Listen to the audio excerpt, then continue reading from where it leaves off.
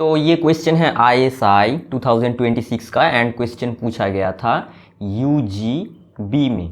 That means तुम्हें ये वहाँ पर प्रूफ करके आना पड़ेगा, एक स्ट्रक्चर्ड वे में प्रूफ करके आना पड़ेगा। तुम ऐसा नहीं कर सकते कुछ एग्जाम्पल लेके या फिर कुछ डिस्कार्ड करके इसको करके आ जाओ। तुम्हें ये वहाँ पर एक स्ट्रक्चर्ड वे में प्रूफ करके आना होगा और इसके लिए प्रूफ राइटिंग भी आना चाहिए। तो आज तुम्हें मैं वही दिखाऊंगा कैसे इसका प्रूफ तुम एग्ज़ाम हॉल में लिखोगे। ओके, तो देखो पहला जो क्वेश्चन ये 7th क्वेश्चन है। यहाँ पर बोल रहा है कि suppose P is a polynomial. तो P हमारे पास एक पॉलिनोमियल है with integer entries, that means coefficient integer होगा। ओके, तो मान लेते हैं कि Px इक्वल्स टू एक पॉलिनोमियल है a0 plus a1x plus a2x square up to ak x to the power k, that is k degree polynomial. Okay, जहाँ पर a i's इंटीजर के सेट से बिलोंग करेगा for all I equals to 0 1 2 up to k। Okay, तो यहाँ से p of x क्या हो गया कि summation a I x to the power I equals to 0 to up to k, 0 से k तक का समेशन होगा। ओके, सो अब क्वेश्चन में क्या बोल रहा है कि so that for distinct integers m and n ये pm minus pn over m minus n is an integer होगा। ओके, तो ये दिखाने के लिए हम क्या करेंगे कि ये है a का। ओके, सो a, तो ये दिखाने के लिए कि हम पहले pm ये निकाल लेंगे। ये क्या होगा, simple summation I equals to 0 to up to k ai m to the power I। Okay, यहाँ पर m बिलोंग्स टू इंटीजर है एंड pn क्या होगा, pn होगा summation ai n to the power I। Okay, I equals to 0 to up to k। तो यहाँ से pm minus pn ये क्या होगा कि समेशन ai ये सिर्फ m to the power I minus n to the power I हो जाएगा, है ना। तो ये m to the power I minus n to the power I होगा एंड ये I equals to 1 to up to k होगा, क्योंकि यहाँ पर एक टर्म था a0, ये कांस्टेंट टर्म था। तो pm में भी आएगा a0, pn में भी फर्स्ट टर्म आएगा a0, तो ये माइनस होने के कारण ये कैंसिल हो जाएगा। ओके, तो 1 टू अप टू k होगा। नाउ अब इसको हम क्या लिख सकते हैं कि summation I equals to 1 to up to k ai and ये m to the power I minus n to the power I को हम क्या लिखेंगे कि m minus n times m to the power I minus 1 plus ये इसको हम ऐसे फैक्टर कर सकते हैं, है ना। ये तुम मल्टीप्लाई करोगे तो भी तुम्हें ये m to the power I minus n to the power I मिल जाएगा, इसको अगर तुम फैक्टर करोगे। तो फिर से होगा m to the power I minus 2 times n plus m to the power I minus 3 n square plus dot dot dot up to n to the power I minus 1। Okay, तो अब ये m minus n इसको हम बाहर ले सकते हैं क्योंकि ये कांस्टेंट हो जाएगा। फिर मतलब I में I यहाँ पर वेरिएबल है समेशन में, तो ये होगा m minus n summation I equals to 1 to up to k ai summation ये इसको हम समेशन के फॉर्म में कैसे लिखेंगे कि m to the power I minus j and n to the power j minus 1, जहाँ पर j का लिमिट होगा 1 से I तक। ओके, तो यहाँ पर तुम j इक्वल्स टू अगर तुम 1 पुट कर दोगे तो ये आ जाएगा I माइनस 1। यहाँ पर j इक्वल्स टू 2 पुट कर दो तो ये आ जाएगा I माइनस 2 टाइम्स यहाँ पर 2 minus 1 that is n। Okay, and यहाँ पर j इक्वल्स टू तुम ये लास्ट लिमिट I पुट कर दो तो ये आ जाएगा I माइनस 1 जो कि ये होगा n to the power. Okay, now so यहाँ पर ये pm minus pn over m minus n ये इससे हम डिवाइड कर देंगे, तो ये क्या होगा कि summation i equals to 1 to up to k A I summation j equals to 1 to up to i m to the power i minus j times m to the power j minus 1। ठीक है, okay. अब ये जो term है ये वाला ये integer होगा, है ना, ये दिस बिलोंग्स टू इंटीजर होगा। क्योंकि since m n and ai all belongs to z, तो ये सभी इंटीजर से आ रहा है, तो इसका मल्टीप्लिकेशन समेशन ये सभी तो इंटीजर ही होगा, है ना। सो दिस इक्वल्स टू, अब दिस इक्वल्स टू ये है, ये पुट कर दो pm minus pn over m minus n belongs to z, that means ये एक इंटीजर होगा। तो फर्स्ट पार्ट यहाँ से हमने प्रूफ कर दिया। तो क्वेश्चन अगर तुम सिर्फ कॉन्सेप्ट का बात करो तो ये क्वेश्चन आसान ही है, लेकिन मैं तुम्हें ये दिखा रहा हूँ कि एक स्ट्रक्चर्ड वे में प्रूफ को लिखा कैसे जाता है, क्योंकि ये वहाँ पर मैनुअली चेक होता है। हाँ, तो तुम्हें एक बहुत ही स्ट्रक्चर्ड वे में प्रूफ को लिखना पड़ेगा। ओके, सो ये pm minus pn over m minus n is an integer, ये प्रूफ हो गया। अब बी को हम क्या करेंगे, ये बोल रहा है हेंस और अदरवाइज, ये यहाँ पर एक हिंट है कि यहाँ से तुम यहाँ से भी ये ऑप्शन जो ए को हमने प्रूफ किया है, यहाँ से भी तुम बी को प्रूफ कर सकते हो, और अदरवाइज तुम अलग वे में भी प्रूफ कर सकते हो। तो आसान यही होगा कि हम जो ए में प्रूफ किया है वहीं से बी को प्रूफ कर दे, ये एक हिंट है। Okay, prove that there do not exist distinct integers a, b, c such that pa equals to b, pb equals to c and pc equals to a। तो ये बोल रहा है कि ये तुम प्रूफ करो कि a, b, c तीनों डिस्टिंक्ट, तीनों अलग अलग ऐसा इंटीजर नहीं रहेगा कि pa equals to b, pb equals to c, pc equals to a होगा। तो इसको प्रूफ करने के लिए हम क्या करेंगे, तो b के लिए, ओके, सो b में बोल रहा है कि p of a equals to b and p of b equals to c and p of c equals to a। ऐसा तीनों डिस्टिंक्ट इंटीजर एग्जिस्ट नहीं करेगा।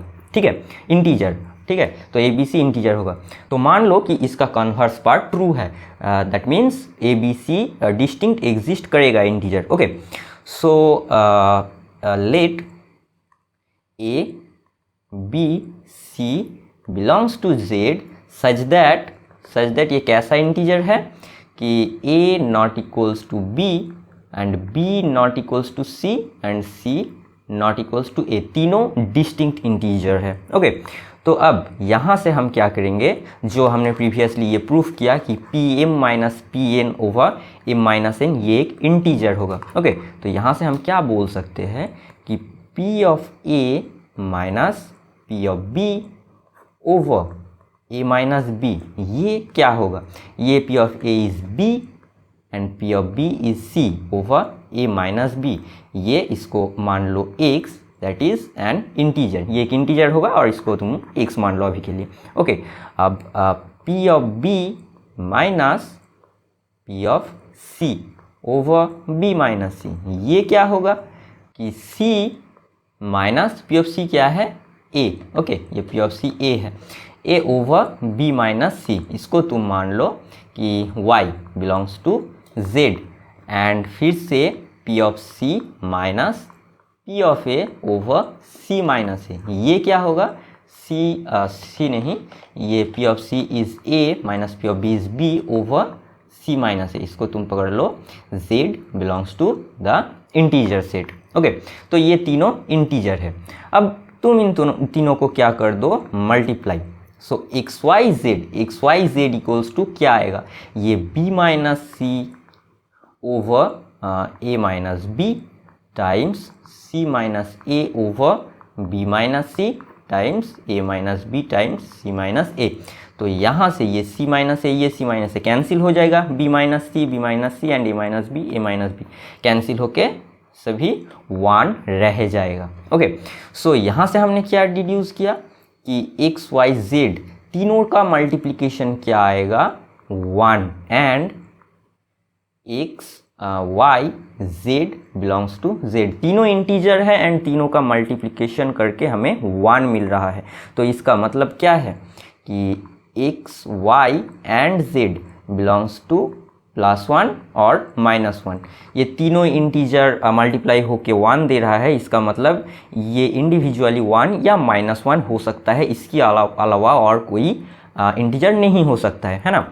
सो यहाँ से अब हम क्या करेंगे कि एक्स वाई जेड तो सिर्फ 1 और -1 ही हो सकता है।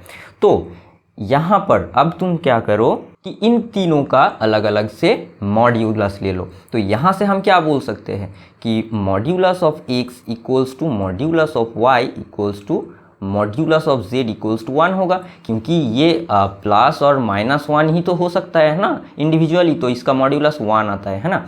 तो सभी का मॉड्यूलस 1 ही होगा। ओके, सो नाउ अब x इक्वल्स टू क्या था कि ये वाला b minus A over a minus B.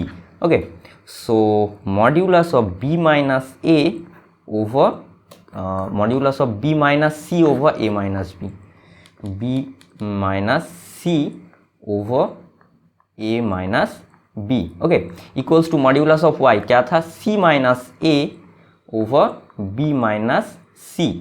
Okay, इसका modulus equals to modulus of a minus b over modulus of c minus a, ये 1 के इक्वल होगा। ओके, तो यहाँ से इससे एंड इससे हमें क्या मिल जाता है कि modulus of a minus B equals to modulus of b minus C, ये मिल जाता है।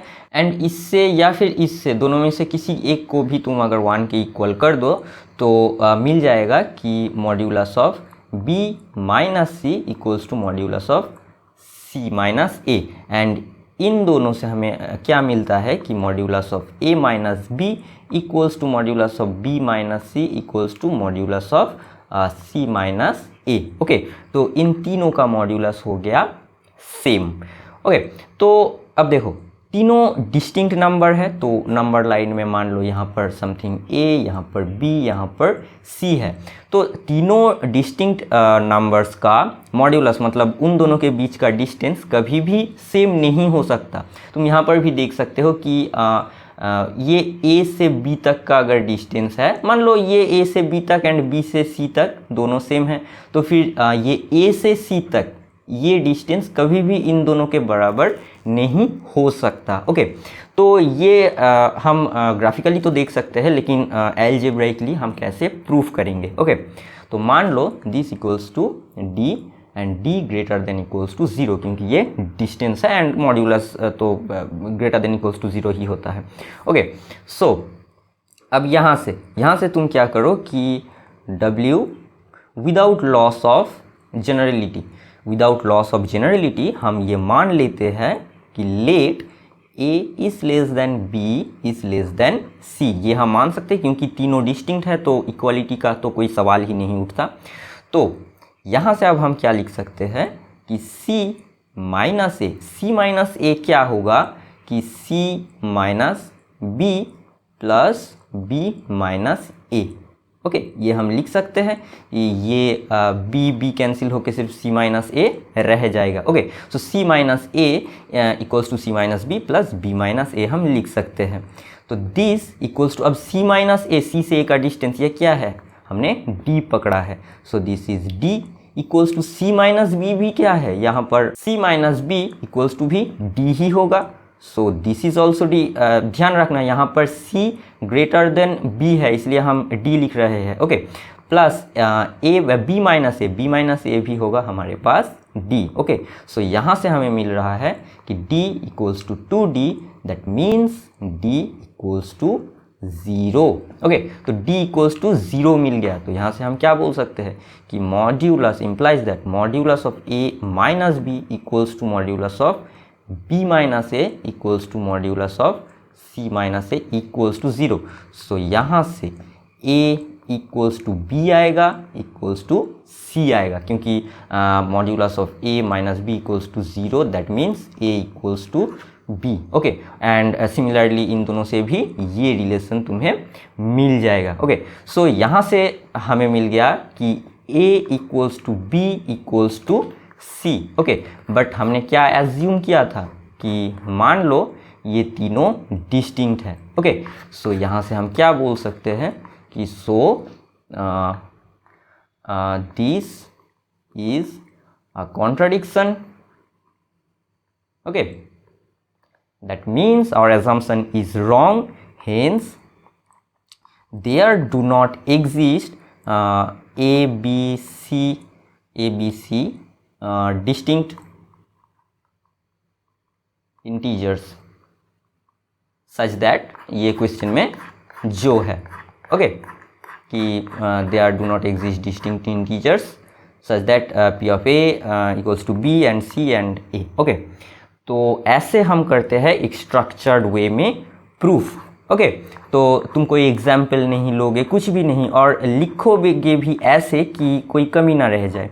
ओके, ऐसे हर एक लाइन को तुम्हें प्रूफ से बताना पड़ेगा। ओके, तो यही तक था, मिलते हैं नेक्स्ट वीडियो में, बाय।